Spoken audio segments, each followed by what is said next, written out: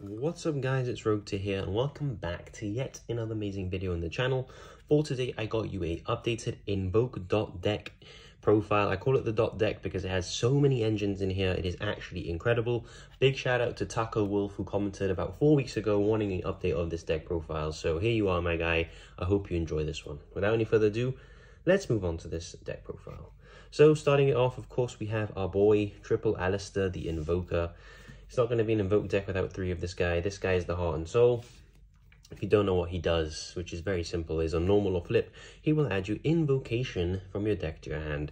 And also during the damage step, you can discard him basically, and a fusion monster will gain 1000 attack until the end of the turn, which is pretty nice, and that isn't once per turn either. So if you have 3 of them in your hand, you can make something gain 3k.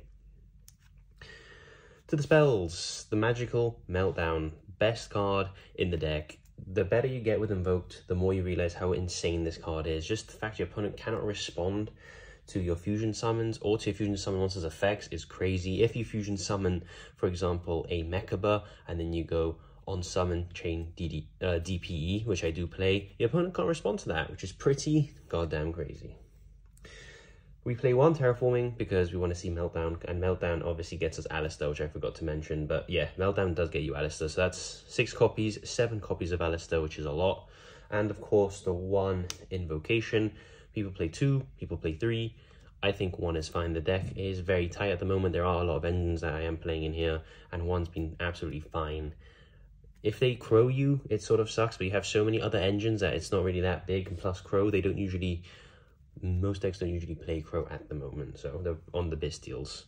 That's engine number 1. For engine number 2, we have the Destiny Hero package. I put this back in the deck because I just think that this engine is still very good. It just allows you to basically outgrind your opponent, which I think this deck does very well, just through fusion summons. It's really free if you have Fusion Destiny in your hand. You just do it at the end of your turn. And it just gets you a quick effect pop every single turn. We have the Albaz engine, 1 Fallen of Albaz, triple of the Branded Fusion. Branded Fusion is just crazy. It is so good. It's for the reason it's getting an ultimate reprint soon. Just gets you a non-targeting banish, put stuff in the grave. It's all you could really ask for. The Dogmatica stuff. 1 Ecclesia, 1 Fleur-de-Lis, and we have the 1 Punishment. And then, of course, to search all of this together, we have the triple of Nadir's Servant. So Nadir's Servant is basically a better engage.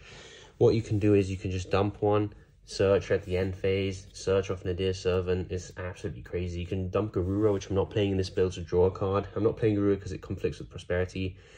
I added the Punishment in because I was tired of searching Fleur-de-Lis and not getting that end phase sort of search. So what I do is I search Ecclesia, summon Ecclesia, search Punishment, and then end phase search the Fleur-de-Lis, which I just think is better card-wise because you get an extra card out of it.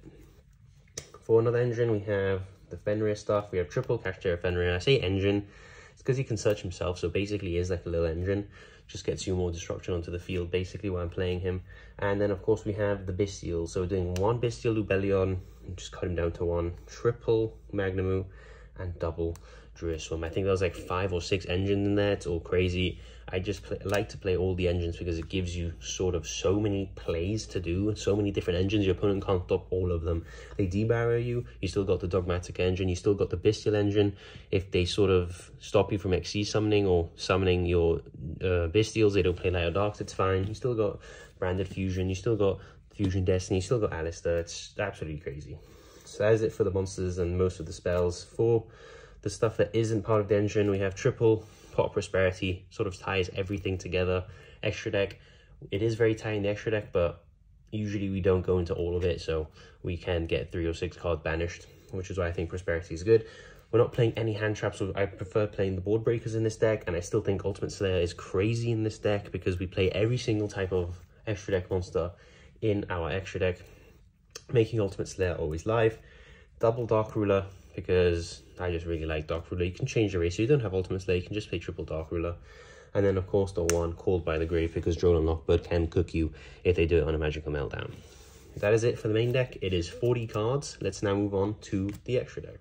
Moving on to the extra deck, we're going to start off with our big OTK line. We got the 1 Access Code Talker, the 1 Selene, the 1 Dark, and the one Artemis. So the Artemis isn't really for the OTK line, it's more dark into Selene, into access code. We also play the Artemis because it's a light spellcaster. You normal summon as the search invocation, link it up into Artemis, that's your light right there for a Mikaba, which is a negate. So these are the links we play. I'm very, very happy with the extra deck. It's taken a lot of refining. I've been playing this deck for a really long time, as you can see on the channel, and I always try and update it and keep it with the current meta. So I think that the extra deck is pretty refined from my view. Double Mikaba. If you want to play the Garura, you can just drop one of these Mikabas, but I feel like 2 Mikabas is always good because one of them fuels the other. And then, of course, we have the one Agoides, which I think arguably is better than the Mikaba because they always out the Mikaba through Dark Ruler, a Kaiju, something like that, Super Poly. But the Agoides, when you summon him, he pops, and whenever they special summon, he pops, and then he can make himself huge and help push for game. So I really like Agoides. That is the only Invoked fusions we play, by the way, because there's not a lot of space in this extra deck. For the Nadir's stuff and the branded stuff, we play the one Mirror Jade, one Albion, one Lubellion, and one Ash Dragon. Ash Dragon, you hardly ever really make him. You can make him with a Lubellion and a Fallen of Albaz, making it level 12, and he comes out with 3,700 attack and unaffected by extra deck monster effects. Or you can summon the Lubellion or the Albion if you don't feel like discarding, and then get straight into the Mirror Jade. Lubellion puts the Fallen of Albaz back in the deck so you can use the branded fusion later. And of course, Ash Dragon, usually send it with a Dogmatica Punishment or Nadir Servant, and it gets you your Fleur de Lis at the end phase, or can kickstart your Dogmatica engine. 1 DPE, still a really good card, guys. People this card was very popular when it came out, now people don't really play anymore, and it's still just very good. Just pop itself and pop 1 card in your opponent's field, and it of course comes back. You get 2 draws, you get, you know, a special from your hand if you need, and you get a draw 2 off its material, so it's really, really cool. 1 Eldentity Entis. It's just there if you want the double pop with the punishment, or if you need the immediate pop with the Nadir Servant. We play the 1 Chaos Angel. This can arguably be the new synchro that came out in Cyberstorm Access. I believe it acts as like an impum. I like having the Chaos Angel because an Alistair and any Bestial gets you to the Chaos Angel unaffected. Well, it is affected, but it can't be outed by battle, and it gets to banish a card on the field, which I think is nice. And they never really see that play coming. If you do it with the Jerusalem, you get to send something on the field as well to the grave. And of course, we have the 1 Wallow, and this sort of rounds out all our Fusion, Link, Synchro, and XCs, so we can hit anything with our Ultimate Slayer. And that is pretty much the end of the deck profiler. There's been a lot of these decks on my channel. The reason is I just really love Invoked, to be honest, and I always really want to find a way to play it. Is it worth playing this format? I can't really tell you, to be honest, to play Invoked. It takes so many staples, the Prosperities, the Fenris, so many different engines. You might be better off just playing an, you know, an Exosister deck that just topped, you know, just won an event actually. Might be easier just playing Sprite or Kashtira. But for all the Invoked lovers that are trying to keep the deck alive, this is my build for it. And I hope I see you all in the next video. It's time! Let's go!